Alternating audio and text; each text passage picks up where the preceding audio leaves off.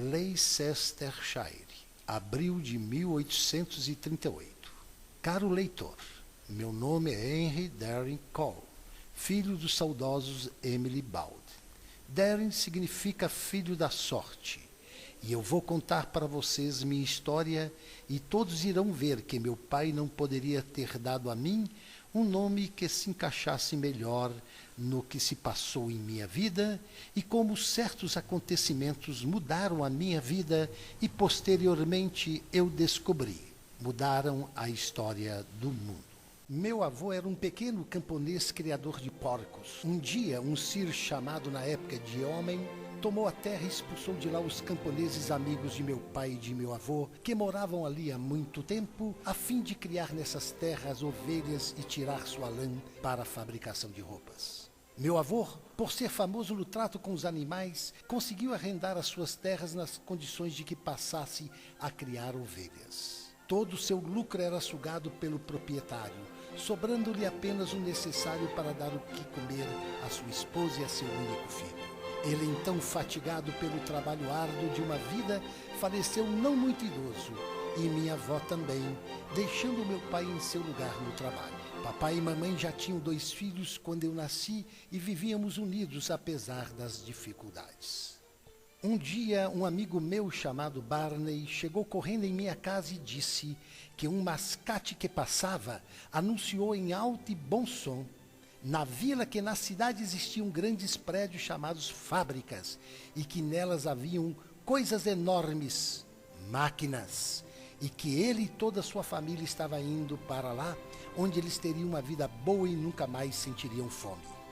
Meu pai achou graça, porém tempos depois a produção do homem começou a cair e este o culpou por sua derrocada e nos expulsou da terra. Nossa família, sem mais opções, migrou atrás de Barney e seus pais rumo a Leicestershire. Essa época eu tinha por volta de 4 ou 5 anos. Após dias de viagem, chegamos à cidade e a paisagem nos assustou. Era muito cinza e o ar não cheirava bem. Haviam pessoas dormindo nas ruas e crianças em esquinas pedindo esmolas. Meu pai entregou uma senhora o resto de lã que havia trago em troca de um lugar para dormirmos. Lugar onde todos ficávamos muito próximos por causa do pouco espaço. No dia seguinte de manhã, ele saiu para procurar emprego. Não achou nada. E tempos depois minha mãe descobriu que estava grávida. Nossos primeiros meses foram de muita fome e dificuldade. Enfim, meu pai achou um emprego e meus irmãos mais velhos trabalhavam com ele. Um tempo depois as contas foram apertando e mamãe e eu começamos a trabalhar na fábrica também.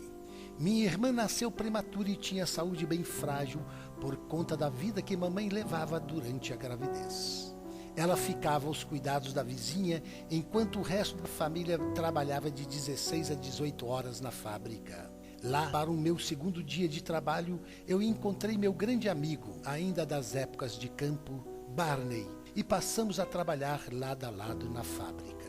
Então, 10 anos se passaram. A vida na fábrica era cada vez mais difícil. Meu pai passava horas trabalhando. Nós só nos víamos à noite quando ele tirava seu olhar triste do rosto e forçava um sorriso nada convincente para que nós não ficássemos tão tristes quanto ele, enquanto a fábrica sugava sua personalidade alegre e brincalhona da época da vila. Meu irmão mais velho, Paul, tinha seus 22 anos. Early, o do meio, 18. Eu tinha 15 e minha irmã, Emily, com apenas 9 anos, já fazia faxina na fábrica. Barney tinha uma irmã mais velha, Catherine, de 19 anos, que depois de muito tempo de trabalho, decidiu usar-se de outro modo para subir na vida. O dono da fábrica era um homem casado com uma senhora muito gorda. Por esse motivo saía a distribuir galanteios a todas as moças da fábrica, usando de seu poder para assustá-las. Catherine era uma moça muito bela e chamava atenção onde quer que passasse. E bastou botar os olhos nela para que o interesse do chefe aparecesse. Um tempo depois, Catherine foi promovida a secretária, o que causou em todos um espanto, pois a garota mal escrevia e lia algumas poucas palavras. Não demorou para que se confirmasse o caso entre os dois. Mamãe mesmo já havia pego os dois aos beijos nos cantos da fábrica.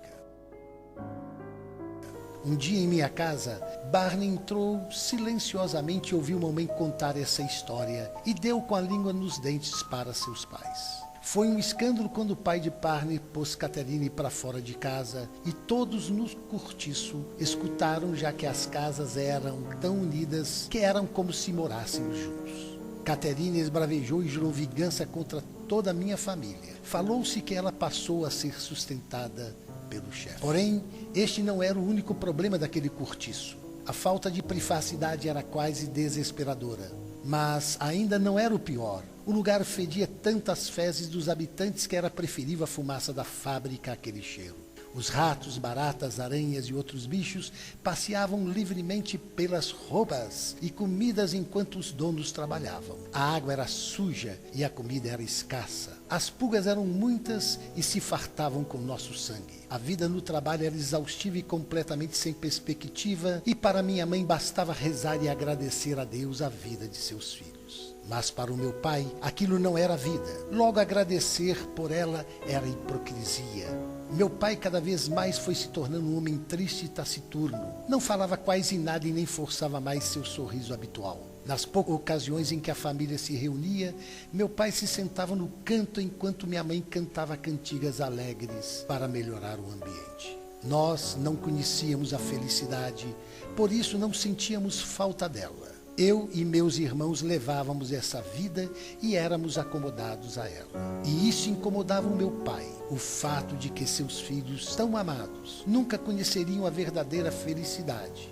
Então ele chorava todas as noites quando achava que todos haviam dormido. Mas eu ouvia e por diversas vezes chorei com ele. Barney trabalhava agora com uma máquina de corte conhecida como demolidora. O senhor que trabalhava nela havia morrido de exaustão e por diversas vezes quase perdeu um dedo ou mesmo uma mão por demorá-la durante muito tempo em seu lugar indevido. Ele era meu melhor amigo e nós passávamos por todas as dificuldades juntos. A distração dele me doeu como poucas coisas nessa vida, porque pela primeira vez caía em mim a realidade de como tudo aquilo era ruim para todos nós. Ao receber seu salário, Barney passou contente quando deixou que seu envelope caísse na demolidora. Faltava ainda alguns segundos para que a máquina voltasse cortando e ele teve que escolher entre ver seu dinheiro triturado ou arriscar pegá-lo. Não entenda mal a atitude dele. Todos fomos criados para acreditar que não deixar sua família passar fome era a prioridade absoluta. Barney teve seu braço cortado quase na altura do ombro. O sangue dele esguichou pela máquina e seu grito ecoou por todos os cantos da fábrica. E nós não tivemos nem a folga para ir ao seu velório. E sua família? Nem um cartão de condolência. Quanto a mim, entrei em luto. E isso era tudo que eu podia fazer pela memória do meu amigo morto. A dificuldade não parou por aí. Meu irmão Earle se revoltou e fugiu de casa. Disse que ia voltar para o campo onde era feliz e por muito tempo não tive notícias dele. Isso partiu o coração da minha mãe, mas meu pai em seu interior só não fez o mesmo porque tinha uma família para sustentar. Um tempo depois, o mais velho, Paul, caiu de cama por conta de uma doença transmitida pelos ratos, muito comum na época, com muita febre, calafrios, dores de cabeça e no corpo. Um tempo depois começaram os vômitos, diarreia e a pele ficou muito amarelada. Meu pai ficou dilacerado e abandonou o emprego para cuidar de seu filho moribundo. Um tempo depois, meu irmão morreu. Papai ficou pior do que já estava. Ele não falava mais, não trabalhava mais e depois de um tempo se deitou em sua cama e de lá nunca mais saiu. Minha irmã era muito jovem para entender o que acontecia e minha mãe estava muito triste para conseguir animá-la. Então a Emily acabou se apegando a mim mais do que a qualquer um e sua alegria infantil me deixava mais alegre, mesmo quando eu achava que não havia mais esperanças. Meu pai foi definhando, até que seu corpo não aguentou mais a tristeza de sua alma. A morte de meu pai foi uma das cenas mais tristes que já presenciei. Meu pai segurou minha mão e disse que havia feito o seu melhor e que esperava que minha vida terminasse diferente da dele. Isso me dilacerou. Sem o salário do meu pai e dos meus 2 irmãos, a situação ficou cada vez pior. Então, depois de um tempo, fomos dividir o quarto com Liz e Thomas, os pais de Barney, que também estavam passando por dificuldade. 2 anos após a morte do filho, Thomas também faleceu. Ao receber a notícia da morte do pai, Catherine foi visitar a mãe e convidou-a para morar com ela. Lisa recusou-se e Catarina ficou possessa por sua mãe não valorizar seu sacrifício para subir na vida e preferir ficar conosco, uma família de mortos de fome. Lisa revidou dizendo que preferia ter qualquer um de nós como filho a ter uma filha que vende seu corpo ao homem que matou seu irmão. Isso só fez aumentar o ódio de Catarina por nós. Anos depois, eu já tinha meus 25 anos e Emily 19. Minha mãe faleceu com graves problemas respiratórios logo após sua amiga Lisa. Um tempo depois, a esposa do amante de Catherine também morreu e ela virou a mulher oficial do homem que agora já era quase um idoso, mas continuava com seus velhos hábitos de correr atrás das mais belas moças, como era o caso da minha irmã. Ao perceber isso, Catherine decidiu tirar sua rival do caminho e ao mesmo tempo executar sua vingança. Ela contratou rapazes para que dessem um susto na Emily e disse que, se não abandonasse a fábrica, mataria os dois. Sem dinheiro para o aluguel, eu e minha irmã fomos obrigados a morar na rua. Foi uma época bem ruim para a gente. Nós passamos fome e frio, mas dessa vez nós não éramos mais criança e minha mãe e eu lutamos muito para conseguir sair dessa situação e enfim conseguir um emprego. E por algum tempo trabalhei para um velho alfaiate que fazia roupa sob medida para os afortunados. Um tempo depois o alfaiate morreu e eu fiquei com sua alfaiataria. Emily e eu então passamos a morar em sua antiga casa. Nesse meio tempo, Emily conheceu um operário da fábrica que nós trabalhamos junto toda a nossa vida. A ideia desse amor me deixou bravo. Eu logo o proibi. Emily precisava entender que a vida que eu sonhava para ela não era essa, e que ela precisava de alguém que a desse uma vida melhor. Eu não queria Emily numa fábrica novamente e ela não entendia isso. Nós tivemos uma briga, por isso ela jogou na minha cara que eu era exatamente igual a Catherine. Na época eu não podia imaginar, mas ela tinha razão. Então ela fugiu para se casar e durante muito tempo eu não a vi e nem ouvi falar dela. O abandono de Emily partiu meu coração, mas eu ainda queria minha justiça. 2 anos se passaram e um dia eu li no jornal sobre uma onda de ataques que estava ocorrendo nas fábricas em toda a cidade e de uma pessoa que se denominava King Lud, o líder dessa revolução. A fábrica onde eu trabalhei em minha infância seguia próspera e após a morte de seu marido, Catherine se tornou a chefe do lugar. O que me causava grande indignação, ela poderosa e rica enquanto o resto de nós passavam fome e frio. Decidi então fazer justiça a todos aqueles que sofreram e morreram. Na manhã seguinte, fui conversar com antigos colegas de fábrica e eles me disseram onde encontrar Lud. Chegando lá, contei para ele toda a minha história e ele prometeu que convocaria sua armada para botar a fábrica nos eixos. Então eu aguardei que King Lud cumprisse sua palavra. E dias depois, eu recebi a notícia de que a fábrica estava em chamas e Catherine estava tão pobre quanto antes. Alguns meses depois, a Catherine estava falida e eu decidi arriscar tudo. Vendi a casa, a alfaiataria, peguei todo o dinheiro que eu havia juntado e fiz uma oferta a Catherine. Ela estava desesperada e, apesar de engolir azedo, aceitou.